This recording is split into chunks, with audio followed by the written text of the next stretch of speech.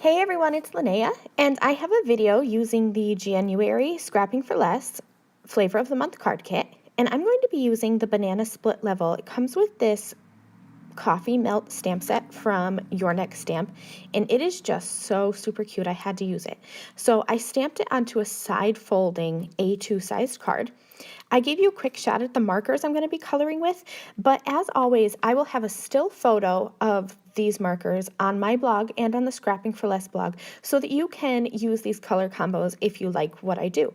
So I mixed my Copic markers and my Spectrum Noir.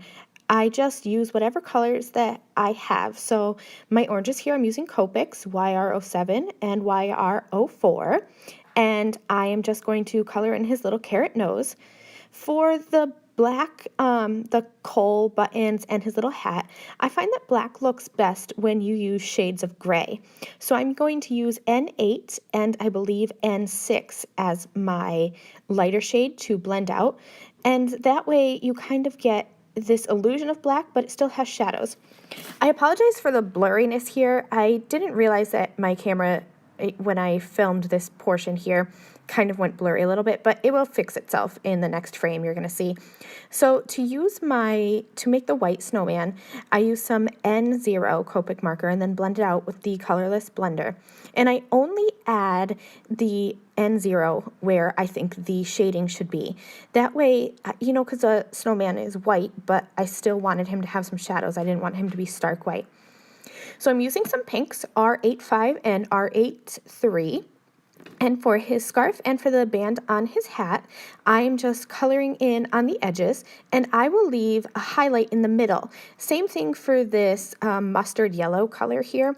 That way that there's that little bit of shading, and I just like how that highlight goes through the middle. It makes it look like a puffy scarf. So for the coffee, I'm using TN8 and TN7, and these are Spectrum Noir, and you can definitely mix and match your coloring mediums to get whatever shades of markers that you need. So that's my coloring, and now I'm going to turn this into a fun, not a fun fold, but kind of a fun fold, I guess. I've taken this card and opened it up and put it in my trimmer. And I'm going to cut off an inch of this snowman, but I'm not going to cut off the actual snowman itself. So I lined it up in my trimmer, and you can see here where I cut, so that I cut above and below the snowman.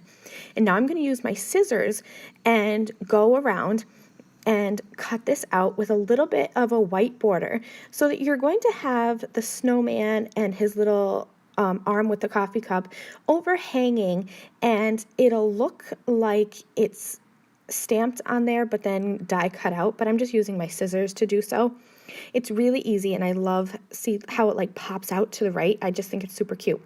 But my cardstock is super thick, and it wasn't laying flat enough for me. So to fix that, I just take a piece of copy paper and fold it in half, put the card inside, and run it through my Big Shot. And that flattens it out. I'm going to have to do it again once everything is all said and done on my card here, because as I keep opening it up, it doesn't, it pops back open. So that's just my little fix for when cards don't lay flat. So I cut a piece of the pattern paper. This is from collection number 2, and I just love those zigzags. And I adhered that to the inside of the card.